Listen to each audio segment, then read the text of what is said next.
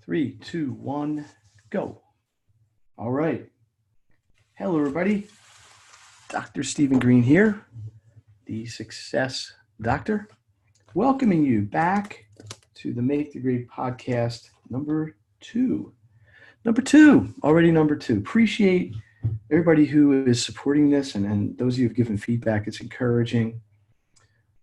In episode 0, just to recap quickly, I did kind of a quick introduction to the mission statement and the goals and what I really want this to be. Last one, podcast 1, talked about the tutoring aspect of Make the Grade, this being the Make the Grade podcast. Tutoring for math, tutoring for science, academic topics, how that happened, where that happened, when that happened, why that happened, who that happened with, so and so. Today, talk about test prep, SATs, ACTs, PSATs, a major major obstacle in some cases for students who want to get into college. That's what we're going to talk about today, how to prepare for that. A little foreshadowing, next time, podcast 3, we'll address Maximum Education, my book, my pride and joy, my magnum opus, as it were, on all things of how to be a good student. That's next time. So let's talk about this. If you want to go to college, presumably in the United States at least, one of the great rites of passage is having to take standardized college admissions exams, which would be either the SAT or the ACT. Pretty much everybody who's gone to college has gone through this experience of taking them and by extension having to prepare for them. There is a third test called the PSAT, and P does not stand for practice. So trivia. P actually stands for preliminary. It is also, just as an aside, used to determine if one qualifies for the National Merit Scholarship levels. So that is only given once a year in October. But here's the good news. The prep is the same. Pretty much the same way I would prepare a student for the PSAT. It's the same as the SAT and very similar to the ACT. So what I want to talk about here is my suggestions, my advice, my counsel.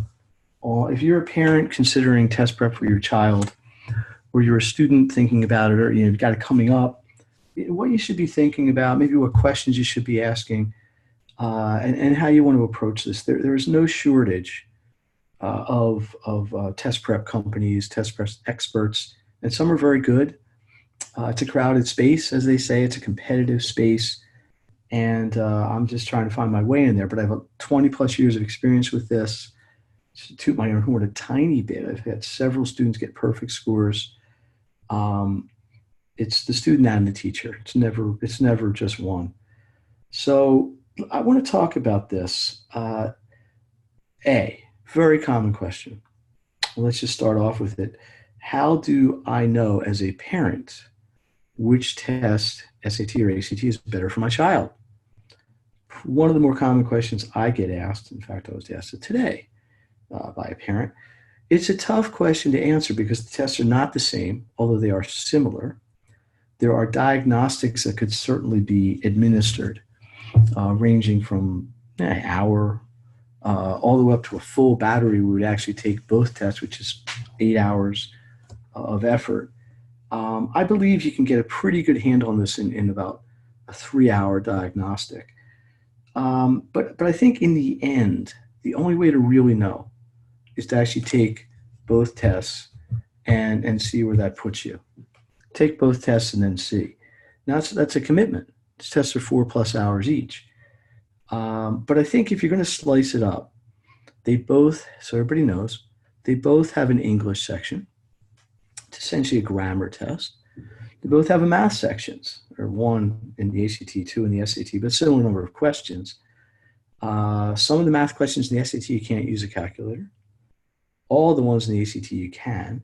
They both have reading. Those really exciting reading passages. Some of you may remember who've been through this.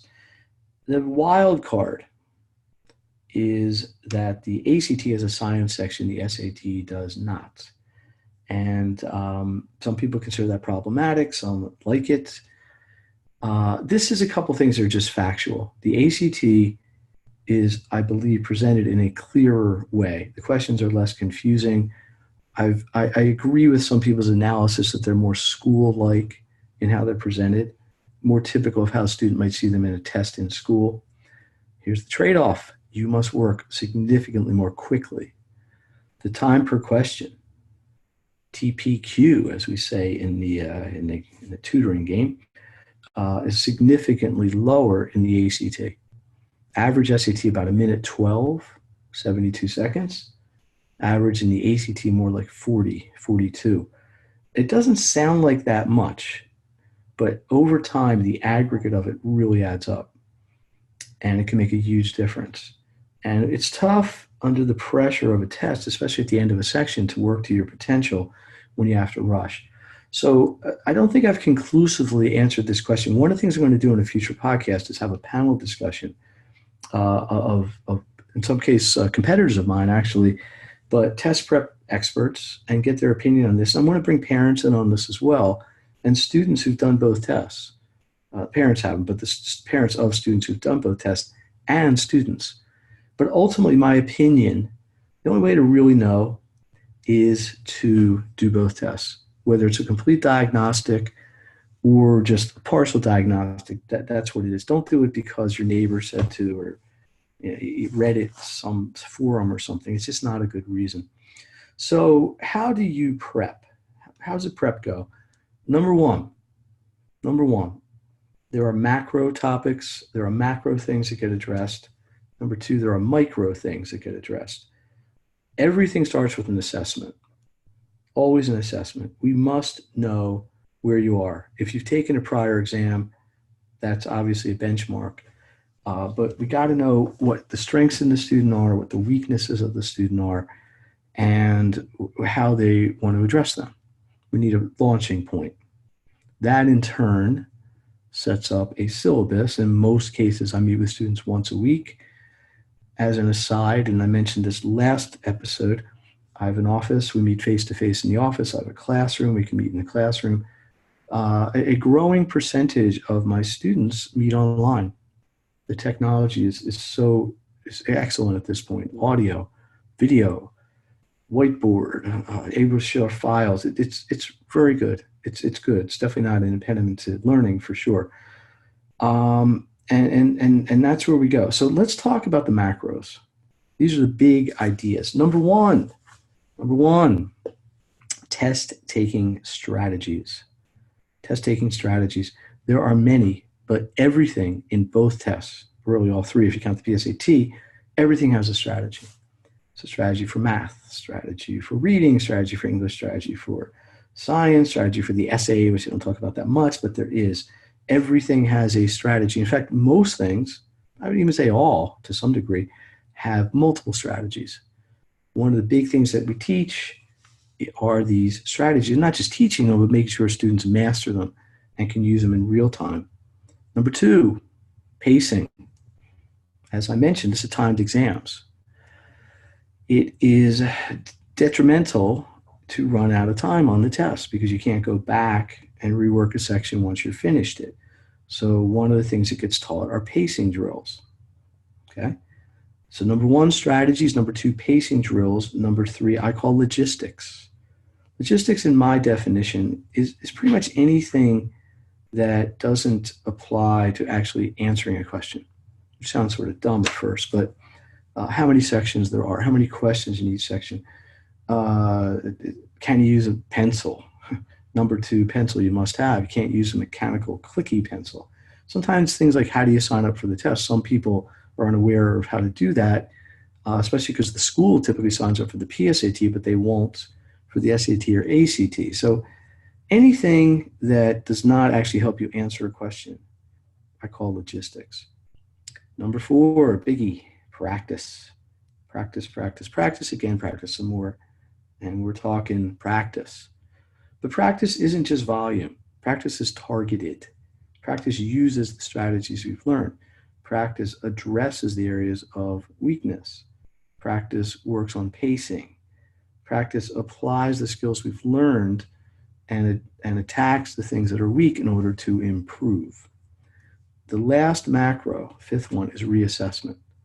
Now remember, everything already started, everything began here with the assessment.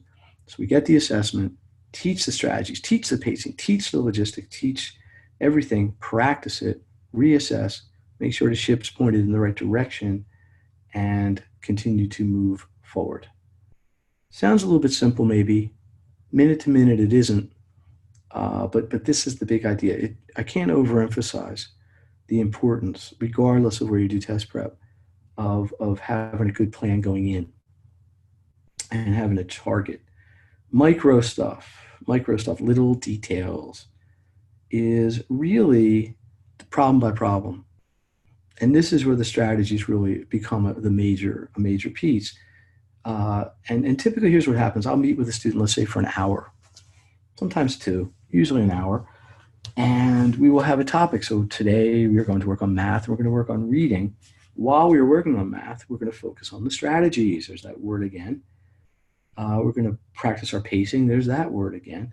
But it's all about hands-on.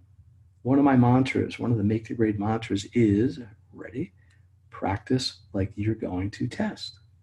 As you plan to test, whatever date the test is in the fall, in the spring, in the summer, that's how you want to practice. So when you go in to take the test, it's just executing something you're already very, very comfortable with. You want to have a strategy, practice the strategy, have success with the strategy, and then continue to do that again and again and again. So when you go to take the test, it's just a matter of staying within your pacing and executing up to your ability. We then reassess. There's that word again. So hopefully you're starting to see a pattern here. Figure out where you're at, add on strategy, add on practice, add on pacing, add on logistics, retest, tweak, keep moving forward. That's how it works. I will emphasize this. In my caseload, which has been thousands, close to 10,000 students, the ones who've had the most success, and that doesn't necessarily mean the highest scores, but the ones who've had the most success, the greatest score improvements, the gains, such and such, are the ones who are the most consistent. Consistency is huge. Daily consistency. So that's my real lesson here is if you want to improve SATs or ACTs, you got to be consistent. Have to be. But the consistency is applying the principles. Let me talk about one more thing. Which is, how do you know it's a good score? Is it a good score just because your neighbor's kid got that score? It sounds good. These are all things I've heard. It's what a score I just felt like was good. No. A good score should be a score, very simply, that will get you accepted into the college or university you want to attend. Here's another Make the Grade-ism. Your target score is dictated by your target school. Or, sort of the corollary to it, your target school should determine your target score. And here's a little quiz for you. What's the only way to improve an SAT score or an ACT score? You know what the answer is? You got to get more questions right. That's it. You got to get more problems right. You got to get more correct. Everything's worth a point. There's no longer a guessing penalty or an incorrect answer penalty on either of these tests. There used to be. Got rid of it the last major change in the SAT, and it never existed anyway in the ACT. So it's all about accumulating points. So typically, here's how the conversation goes. Hello, student. Hi. What kind of SAT score or PSAT scores do you have already? Well, I have X. Where would you like to go to college? University of ABC. Great school. Congratulations. Do you know what kind of SAT or ACT score they might require for admissions there, along with your grades and all the other things that you're going to need? Yes, they need Y. Great. Our goal then is to figure out how to get you enough more correct answers, enough additional correct answers to go from score X to score Y within the time you have to take the test and within the time we have to prep for the test. A common question I get, how long do you have to prep? Difficult to answer because it varies so much with students' ability, their goals. their just availability. Some kids are so busy they don't have time between school and sports and clubs and dancing and gymnastics and work and everything. It's just tough. But I would say the typical make the grade student is on an 8 to 12 week protocol. Some are definitely longer, some are definitely shorter. And that 8 to 12 weeks would be meeting once a week, typically for an hour, with them doing the daily practice in between. In the olden days, individual one-on-one tutoring wasn't expensive per se, but it was more expensive typically than a class. So often, if the choice was between a course or one-on-one, often and money was the biggest obstacle. The course often became the decision for economics. That's really evened out. A lot of, at least my programming, is very, very competitive that way. So don't write off one-on-one, especially if you believe it's the way to go for your own child. Okay. I think we're going to bring this around. I don't like to talk just for the sake of talking, although I have been accused of that, I guess. So let me just summarize this and kind of put a few things in place. Make the grade. We do academic tutoring for math and science. We do a lot of prep for the SAT and the ACT, which was the focus of today's podcast. Next week, which will probably be podcast 3, we will be addressing the third component, which is maximum education, based on my book, my famous book, Maximum Education, Time, Information Management, and a Daily Action Plan. We'll be getting into that next week, our next podcast in any case. So I appreciate everybody's support. I welcome feedback through the webpage, makethegrade.net, MAKETHEGRADE.net, through the Facebook page. If you search Make the Grade on Facebook, please join the community. Please put feedback. Please let me know what you'd be interested in learning about. And just through whatever means. And I appreciate it. So with that said, thank you very much for listening. Please share it. Please give this to anybody you think it will help. And I will hear you next time. Talk to you next time.